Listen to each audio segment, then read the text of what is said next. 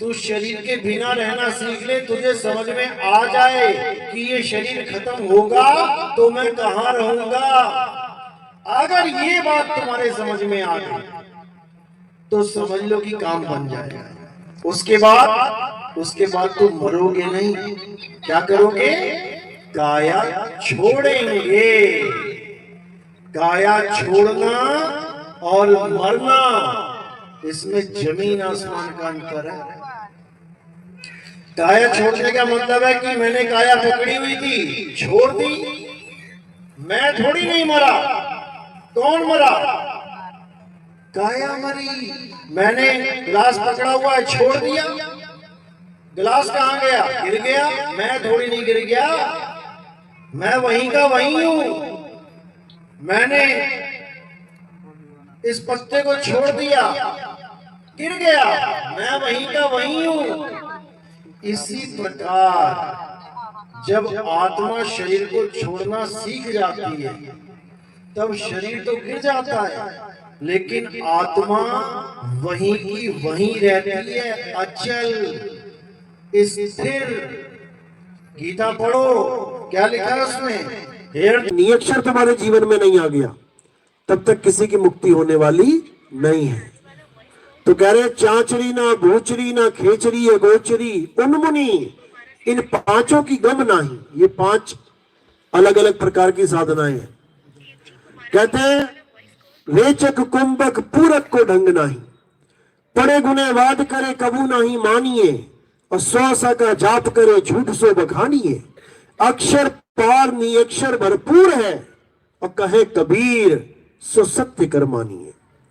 यानी अब अक्षरों से परे उस नियक्षर, उस आत्म स्वरूप की साधना करनी है, उसी में रमण करना है। उसके अलावा सब झूठ है, अज्ञान है। जितना भी जड़ माया दिख रही है सब अज्ञान है। ये पूजा पाठ हवन यज्ञ, ये वो दोषी हो गया, खुद तो डूबा डूबा, चेले को भी डुबाएगा। इसलिए साहिब ने कहा करनी तज कथनी कथे अज्ञानी दिन रात, और कुकर समान भौकत फिरे सुनी सुनाई बात। इसीलिए साहिब ने बोला कि करनी तज कथनी कथे। आत्मज्ञान का ना तो कुछ पता है, ना कोई विधि पता है, ना कुछ साक्षात्कार है, लेकिन लोगों से सुन लिया, अब उसी को सत्संग में शामिल कर लिया, आकर्षित करने के लिए लोगों को कि मैं भी 4 बातें आत्मा की करूंगा। लोग बड़े हैरान हो जाएंगे कि बाबा जी भी आत्मज्ञानी है, लेकिन कहो कि आत्म साक्षात्कार 0 है, पता ही नहीं है, तो वो परमात्मा का दोषी हो जाता है। दोषी, जैसे डॉक्टर बनना अच्छी बात है, इलाज करना अच्छी बात है, लेकिन जब नीम हकीम खतराए जान हो जाता है ना काम। क्यों बोला ये 100 की कर सिमरनी? क्योंकि पहले लोग लकड़ी की माला की सिमरनी करते थे। वो क्या होता था, उससे जल्दी जल्दी जल्दी जल्दी फेर के छोड़ के निकल लिए, हो गया काम। तो कबीर साहब ने क्या बोला कि इसको छोड़, ये तो खत्म हो जाती है, 1-2 घंटे में खत्म हो गई। 100 की सिमरनी बना, यानी जब तक तेरी सांस चल रही है तब तक नाम चलना चाहिए। ये नहीं कि 2 माला फेरी और काम निपटाया, जयराम जी की, हो गया काम। गुरु ऐसे मिलते ना, 2 माला करना है, 3 माला करना है, 4 माला। वो बेचारा खुद 2 माला 3 माला में फंसा हुआ है, उसको खुद नहीं पता कि 100 की सिमरनी का क्या मतलब होता है। 100 की सिमरनी का मतलब होता है कि जब तक सांस चल रही है तब तक तेरा सिमरन चलना चाहिए। 100 की कर सिमरनी कर अजपा का जाप। अजपा क्या होता है? जिसको जपा नहीं जा सकता। जाप के आगे आ लगा दिया, अजपा, यानी अब उसको जप नहीं सकते। क्यों नहीं जप सकते? क्योंकि वो अक्षरों में आता ही नहीं है। लेकिन इन अज्ञानियों ने क्या किया? अक्षरों में ही अजपा जाप बना दिया, यानी श्वासा में ही कोई मंत्र फिट कर दिया और कह दिया ये अजपा जाप है। अरे उसको तो जप रहा है तू भाई, अजपा कैसे हुआ? ये चालाकी है काल के दूतों की, अभी समझाऊंगा मैं क्या होते हैं काल के दूत। तो कह रहे कर अजपा का जाप। साहिब समझा रहे हैं कि अजपा का जाप करना है, यानी उसका जाप कर जो जपा ही नहीं जा सकता, उसका जाप करना है। और वो कैसे करेंगे अभी समझाएंगे वाणी के द्वारा। तो कहते हैं 100 की कर सिमरनी कर अजपा का जाप, परम तत्व का ध्यान धर, और सो हम आपे आप। अब ये परम तत्व कहां से आ गया? जब नाम जप के ही परमात्मा मिल जाएगा तो ये परम तत्व का ध्यान कहां से आ गया बीच में? असल में यही है अजपा, इसी का ध्यान करना है और उसी को जाप कहते हैं। जैसे कहते हैं ना, नाम जपो, प्रभु का नाम जपो। तो नाम जपो का मतलब ये नहीं कि नाम जपो मुंह से, होठ कंठ वाला नाम नहीं जपना है, बिना कंठ के जपना है, बिना होठ के, बिना मुख के, बिना श्वासों के जपना है उसको। यानी सूरत को स्थिर करना है उस परम तत्व में। तो साहिब कह रहे, जाप मरे अजपा मरे, अनहद भी मर जाए, सूरत समाए शब्द में और वाको काल न खाए।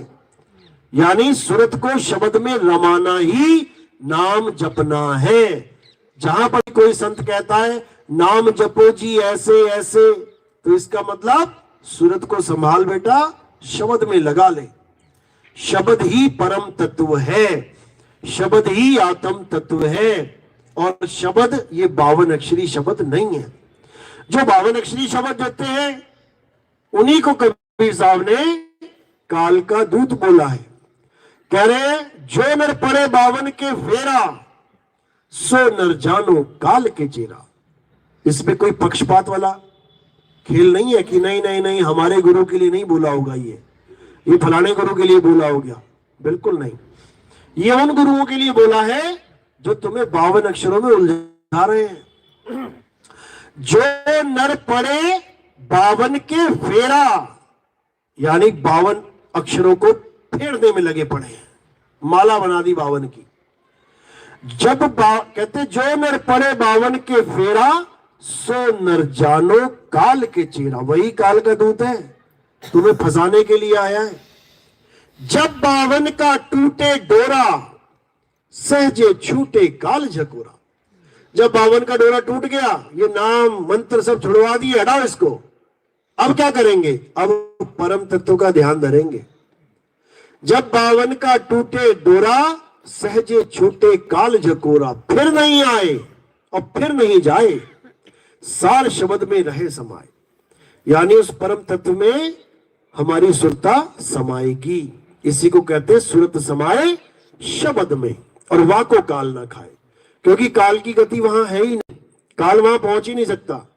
काल केवल इसी 3 लोक का मालिक है। ये धरती, आकाश, हवा, पानी, अग्नि, इसका मालिक है। इससे परे जो लोक है उसका मालिक वो नहीं है, वहां उसकी दाल नहीं गल सकती। तो इसी 3 लोक के जितने भी गुरु हैं, ये सब इन्हीं मंत्रों की साधना करवाते हैं। पूरा पूरा जीवन अपना भी बर्बाद